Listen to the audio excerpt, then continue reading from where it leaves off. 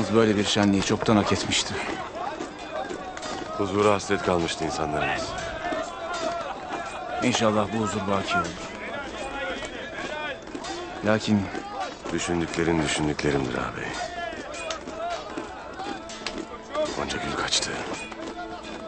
Noyan'ın ne vakit ortaya çıkacağı belli değil. Saadettin köpek kudurmuş it gibi.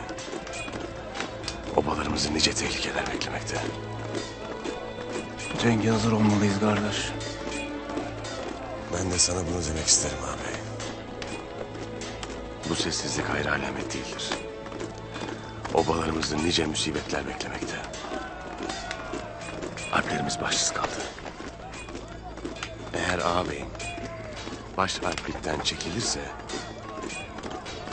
onun vazifesini sana isterim.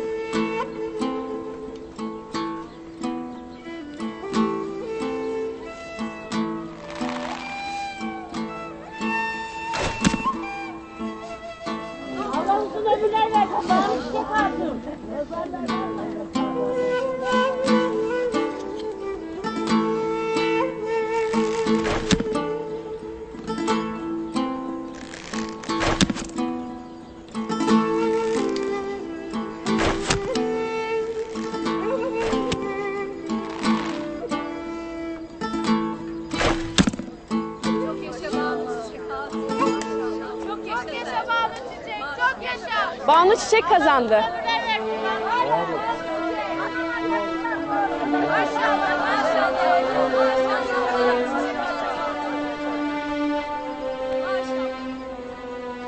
Hepinize maşallah. Banu Çiçek Hatun sadece bu yarışmayı kazanmadı. Obamıza musallat olan hainleri ortadan kaldırmak için kendi canını ortaya koydu.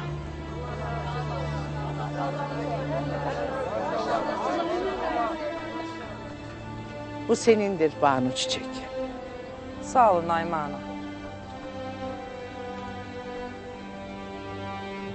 Biz gerektiğinde canımızı ortaya koymayı sizlerden öğrendik Naime Hanım. Bir kahraman var ise o da töremizi bizlere öğreten sizin gibi büyüklerimizdir.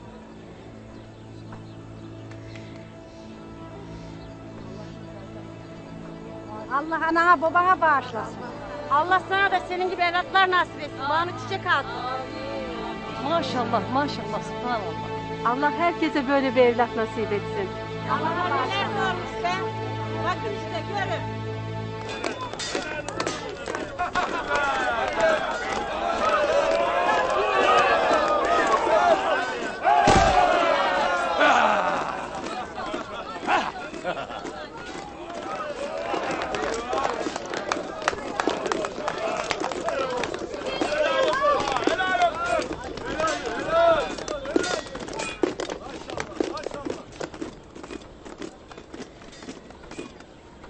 Ertuğrul Bey.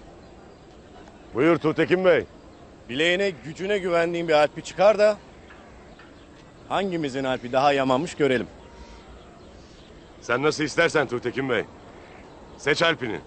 Ben Boğaç Alp'i seçerim. Sen kimi seçersin? Beni seçersin beyim. Beni seçersin.